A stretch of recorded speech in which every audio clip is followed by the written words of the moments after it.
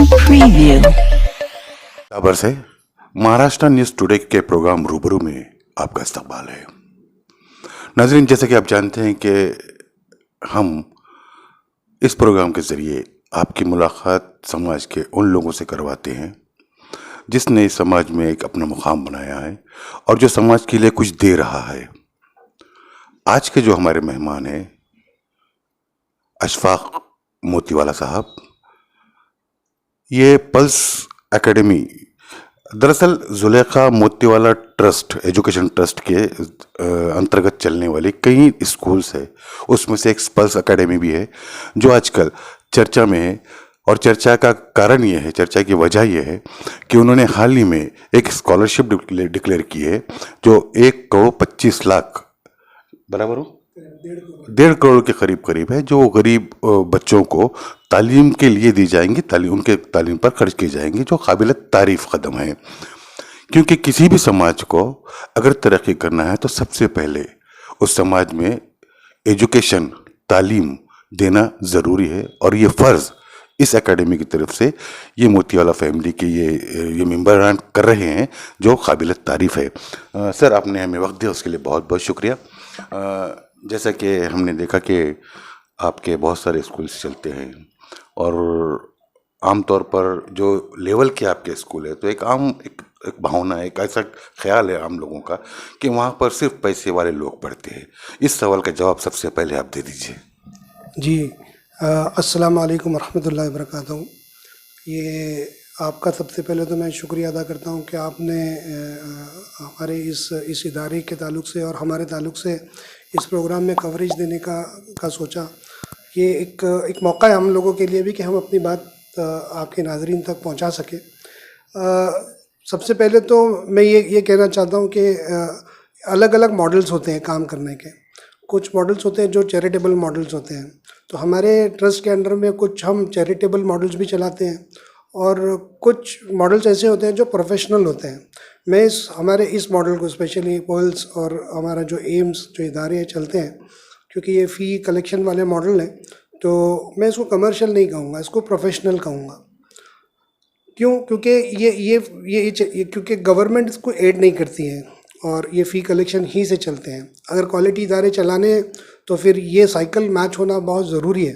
अगर ये cycle match नहीं होगी तो फिर क्वालिटी और उसका डेवलपमेंट रुक जाता है। तो मैं इसको कहूँगा कि ये अलग अलग मॉडल्स होते हैं और ये जो मॉडल है एक प्रोफेशनल मॉडल है जहाँ पर बच्चों की तालीम की फ़िक्र की जाती है। सर, समाज में एक ऐसा है कि आजकल जो स्कूल खोले जा रहे हैं वो एक बिजनेस के तौर पे खोले जा रहे हैं कि भाई स्कूल खोल लेंगे, पैसा आता रहेगा, हम लोग कमाएंगे, अच्छी ज़िंदगी गुजारेंगे। ऐसा आमतौर पे देखा गया है स्कूल में। तो उस सोच से आपकी सोच कि आपका स्कूल किस तरह अलग हो सकता है? जी, मैं जितने भी इदारे आज एजुकेशन को असल में जो है ना एक कमर्शियल सेंस दिया गया, इंडस्ट्री है, इसको चलाया जा रहा है और काम हो रहा है और ये बदनाम इंडस्ट्री है। और वाकई में ऐसे भी कुछ लोग हैं जो इसको इस एजुकेशन इंडस्ट्री को उन्होंने एज ए कमर्शियल अपना प्रोफेशन बनाया हुआ है। तो वो जिस लेवल पे कर रहे हैं, खैर वो अपने तरीके से काम कर रहे हैं। हमारा इदारा क्योंकि कम्युनिटी फोकस्ड है और ये कम्युनिटी अपलिफ्टमेंट का इदारा है और कम्युनिटी के अपने चैलेंजेस हैं, तो मैं समझता हूँ कि कम्युनिटी के लिए अगर कोई कुछ भी काम कर रहा है तो वो उसके लिए आसान नहीं है, चाहे वो इंफ्रास्ट्रक्चर बिल्डिंग हो, चाहे वो उसकी क्वालिटी एजुकेशन हो। तो वो अगर सेल्फ डेवलपिंग मोड में नहीं आएगा, चैरिटी का एक लिमिटेशन होता है ना, एक लिमिट होता है। तो हमने इस मॉडल को, इसके लिए मैं इस मॉडल को कमर्शियल मॉडल नहीं कहता हूँ, इसको प्रोफेशनल मॉडल कहता हूँ, क्योंकि इससे हम कोई अपना ब्रेड एंड बटर या हमारी घर चलाने का इससे हम काम नहीं। लेकिन सर, आज हम जिस समाज की, जिस कम्युनिटी की हम बात कर रहे हैं या आप बात कर रहे हैं, इस कम्युनिटी में पहले तो एजुकेशन बहुत कम लोगों तक पहुंच रहा है। जितने भी गिने चुने फैमिलीज़ है जो अपने बच्चों को आज अच्छी तरीके से पढ़ा रहे हैं, वरना सरकारी मदरसे और कॉरपोरेशन के स्कूल्स में ही ज़्यादातर हमारे लोग पढ़ रहे हैं। और हमारे कम्युनिटी में सबसे बड़ा एक ड्रॉबैक ये है कि ड्रॉप आउट हो जाता है बच्चा मैट्रिक तक पहुंचने से पहले ही, उसकी जिम्मेदारियों की वजह से वो ड्रॉप हो जाता है। तो आप इस प्रॉब्लम को किस तरह देखते हैं?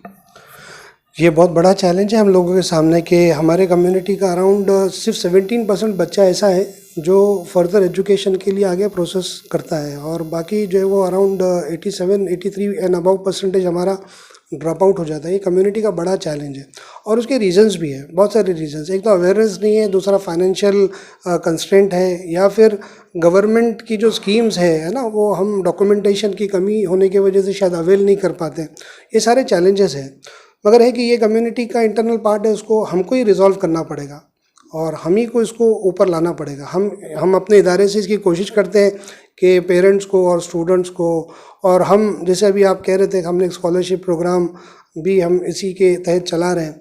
वो इसीलिए चला रहे हैं कि हमारे कम्युनिटी का जो टैलेंट है हम उसको केटर कर सकें, चाहे वो फिर अफोर्डेबल क्लास से हो या नॉन अफोर्डेबल क्लास से हो, हम उसको केटर कर सकें। हमारे मैरिटल स्टूडेंट्स को ये अपॉर्चुनिटी मिलनी चाहिए। सो ये तो एक इंटरनल हम लोगों का एक है ना, कम्युनिटी के लिए ये वर्किंग करना ज़रूरी है, कमिटमेंट है और हमको करना चाहिए। ये बाहर से आके हमको कोई सपोर्ट नहीं करेगा, तो हमारे इदारे और हम लोगों को ही इस पे सोचना चाहिए और काम करना चाहिए, जिसकी हम तो एक छोटी सी कोशिश कर रहे हैं। सर, जैसे जिस फैमिली से आप आते हैं वहाँ पर जाहिर है कि ज़्यादा जिम्मेदारी आप ही पर है, और आप जैसे लोग ही इस जिम्मेदारी को कहीं ना कहीं पूरा भी कर रहे हैं। गवर्नमेंट की स्कीम जैसा आप जो बता रहे हैं कि प्रोफेशनल स्कूल्स में भी गरीब बच्चों को भी तालीम देनी चाहिए फ्री में, 25% 20% कुछ तो भी इसकी फिक्स उन्होंने किया है। तो वो स्कीम आने के बाद क्या आपके स्कूल्स में ऐसे बच्चे आए हैं, फुल हुए सीट्स हो?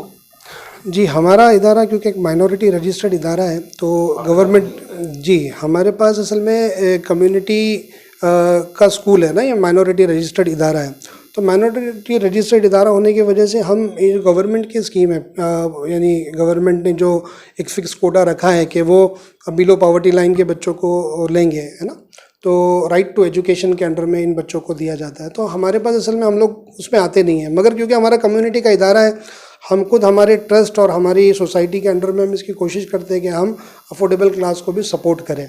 तो इसका भी एक हमारे इदारे में एक निज़ाम है। अभी भी मैं समझता हूँ करीबन कई बच्चे ऐसे हैं जो हमारी ट्रस्ट उनको फंड करती है और वो बच्चे हमारे पास आके पढ़ते हैं। काम कर रहे हैं क्या? अल्हम्दुलिल्लाह जी जी, अभी ऑलरेडी हम लोग उसमें कर रहे हैं। सर, आपने डिक्लेयर किया है कि 1.5 करोड़ पर ईयर आप तालीम पर देंगे, बच्चों को स्कॉलरशिप देंगे, तो उसकी कंडीशन क्या है, कौन से बच्चों को दी जाएंगी और क्या शर्तें हैं उसकी?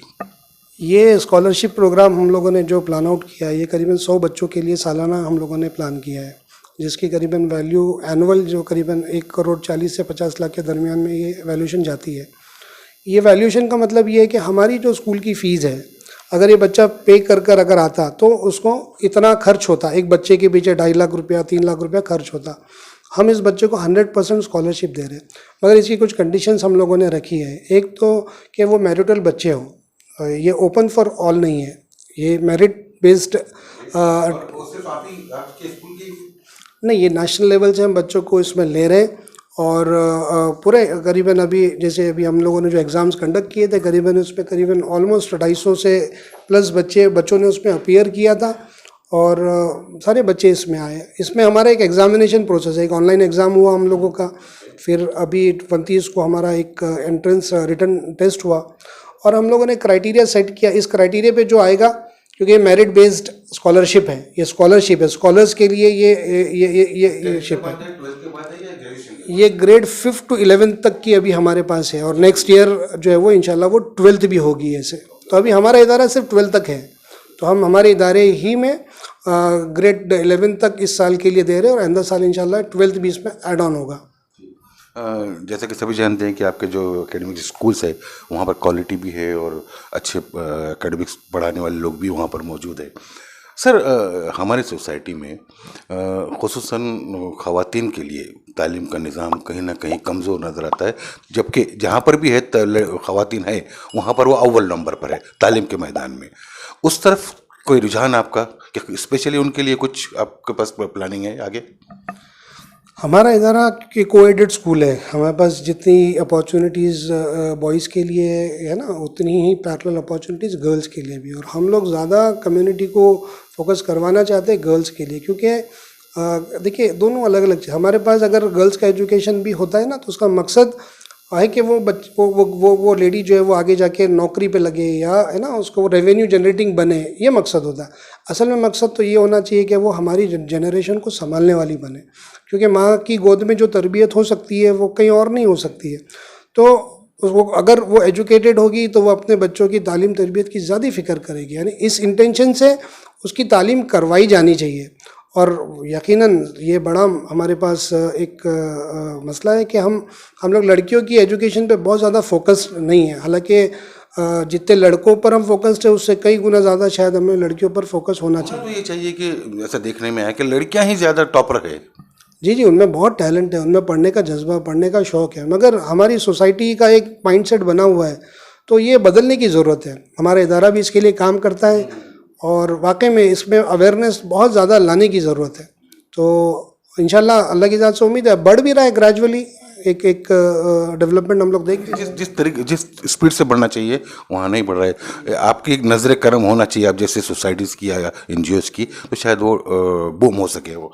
सर और एक इस तरह का सवाल है कि आप 10th और 12th तक की बात कर रहे हैं, हायर एजुकेशन के लिए आपकी सोसाइटी, आपका जो इदारा है वो क्या सोच रहा है? वहाँ वो हायर मतलब एजुकेशन, जो हायर एजुकेशन है उसकी भी कमी है। देखिए इदारों से मैं ये नहीं कहूँगा कि इदारों की कमी, इदारे बहुत हैं। बच्चे हमारे जो ड्रॉप आउट्स होते हैं ना, बेसिक उसकी वजह है कि उनको क्वालिटी एजुकेशन बुनियाद पर नहीं मिलता है, ये बुनियादी वजह है। और अगर उनकी क्वालिटी बुनियाद पर अगर काम की जाए, उनकी बुनियाद अगर स्ट्रॉन्ग की जाए, तो ऐसे बहुत इदारे हैं, गवर्नमेंट की ऐसी कई स्कीम्स हैं। जैसे अभी हम नीट और IIT के बच्चों का प्रिपरेशन करवा रहे हैं, तो जहाँ मेडिकल और इंजीनियरिंग के लाखों और करोड़ों रुपये सीट्स के लिए लिए जाते हैं, अगर इनकी क्वालिटी पे काम किया जाए, इनके बुनियाद पर काम किया, तो ये फ्री सीट्स है। मेडिकल के लिए फ्री सीट्स में इनके नंबर्स लग सकते हैं, मगर है कि हमारे पास क्वालिटी पे काम नहीं है। इस वजह से हमारे बच्चे, बुनियाद मजबूत होनी चाहिए। जी यकीनन बुनियाद उनकी मजबूत होनी चाहिए।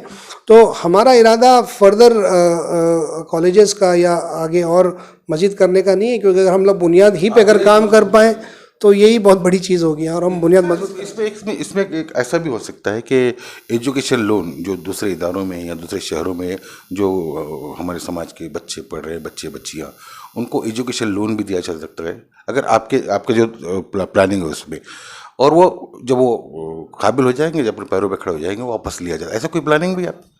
जी, हम लोगों का तो ये भी इरादा है, अल्लाह हम लोगों के लिए आसान करें कि हम आगे जाके यानी जो हमारे बच्चे हैं, यानी हमारे पास से जो बच्चे का नीट और IIT में सिलेक्शंस करते हैं और ये फर्दर आगे भी एजुकेशन को परस्यू करना चाहते हैं, तो हम लोगों की हमारी ट्रस्ट अगर उस हाल में हो, अल्लाह की ज़ात से उम्मीद है इंशाल्लाह होगी, और हम इनकी फर्दर यानी हायर एजुकेशन में भी इनको सपोर्ट कर सकें, यहाँ तक कि ये अपने प्रोफेशन में सेट हो जाए और इसी जहनीत के साथ इनको सपोर्ट करें कि ये कल कंट्रीब्यूट कर सके आगे आने वाले जनरेशन्स को। सो ये भी हमारे एक मकसद का हिस्सा है, इंशाल्लाह इसकी कोशिश हम लोग कर रहे हैं। बहुत बहुत शुक्रिया सर। जिस तरह के आपने कहा कि आपके बहुत इरादे बुलंद है और आपकी जो Zulekha Motiwala social welfare society जो है, तो ये तरक्की करते करते यहाँ तक पहुँच गई है, कई इदारे नज़र आ रहे हैं। वैसे ही आप आखिरी सवाल जाते जाते हमारी कम्युनिटी के जो पेरेंट्स है उनसे क्या कहना चाहेंगे आप बच्चों के ताल्लुक से, तालीम के ताल्लुक से? मैं अपनी कम्युनिटी में जो बड़ी चीज़ देखता हूँ ना, यानी थोड़ी गफलत है हम लोगों में। अब हम ये PTSC, हमारे पास जो एक टेस्ट हम लोगों ने ऑर्गेनाइज़ किया, इसी PTSC की अगर बात करें तो हमने उसको मीडिया में नेशनल लेवल तक कवरेज किया, मगर हमारे लोकल के लोग उसको उन तक हम लोग शायद पहुँच नहीं पाए। तो हमारे पास अवेयरनेस की बहुत बड़ी कमी है ना, और हम लोगों को बहुत ज़्यादा दूसरे कम्युनिटी के बच्चे जो है वो ग्रेड 6, 7, 8 में आते आते अपना प्रोफेशन को डिसाइड कर चुके होते हैं, और हमारा बच्चा 10वीं पास करने तक, 10th क्लियर करने तक भी हमारे पास कोई प्रोफेशन का सेट नहीं होता है। तो मैं अपने पेरेंट्स से ये कहूँ, यानी ये सीरियसली कहूँगा कि इस पर हम लोग थोड़ा तक तवज्जो दें और देखिए अपने बच्चों की निगरानी करें। हमारे कम्युनिटी में ये भी एक बड़ा चैलेंज है कि हम अपने बच्चों की निगरानी नहीं करते, वक्त पे निगरानी नहीं करते, बाद में एक लिमिट के बाद फिर वो कंट्रोल शायद हमसे नहीं हो पाते। तो ये भी एक हमारी कम्युनिटी का बड़ा चैलेंज है। दूसरा, हमारे माशरे का जो एक सेटअप हो गया ना, हमारे बच्चे जिस माहौल में बढ़ रहे हैं, हमारे माहौल की निगरानी होना बहुत ज़रूरी है। तो बच्चे अगर इन हम अगर बच्चों की अगर निगरानी करते रहेंगे तो ये बच्चे आगे जाके हमारे लिए यकीनन हमारे लिए एक नहीं खैर का भी ज़रिया बनेंगे और हमारी आंखों की ठंडक भी बनेंगे। तो इंशाल्लाह हम इसकी कोशिश करेंगे तो इससे फ़ायदा होगा।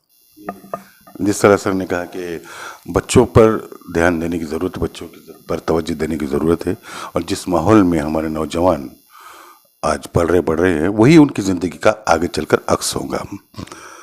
दुनिया के किसी भी मुल्क में माइनॉरिटीज़ को, जो मेन स्ट्रीम के लोग हैं, उनसे ज़्यादा मेहनत करने की ज़रूरत होती है ताकि उनके बराबर पहुंच सके, और हमारे मुल्क में भी वही है। हम माइनॉरिटीज़ अगर हमने और थोड़ी सी मेहनत की अपने ऊपर, अपने समाज के ऊपर, अपने फैमिली से शुरू कर समाज तक पहुँचे, तो यकीनन हमारे पास टैलेंट है जो दुनिया में अपना मुकाम बना सकते हैं हमारे बच्चे, हमारे आने वाली नस्लें। और ऐसे इदारे जो समाज के लिए कुछ करना चाहते हैं, समाज के लिए कुछ दे रहे हैं, यकीनन वो काबिल तारीफ़ है। और हम उम्मीद करते हैं कि ऐसे इदारों से वो लोग जो तालीम हासिल करना चाहते हैं लेकिन फाइनेंशियली कमज़ोर है, वो फ़ौरन ही ऐसे जो इनके जिम्मेदारान है इदारों के, उन तक पहुँचे ताकि वो अपने बच्चों को तालीम से महरूम ना रख सके। तो ये थे आज के हमारे मेहमान। आने वाले प्रोग्राम में हम आपकी किसी ऐसे ही शख्सियत से मुलाकात करवाएंगे जिसने अपने समाज के लिए, अपनी कौम के लिए, अपने मुल्क के लिए, अपने शहर के लिए कुछ किया है। अब इजाज़त चाहते हैं। जय हिंद, खुदा हाफिज़, नमस्कार।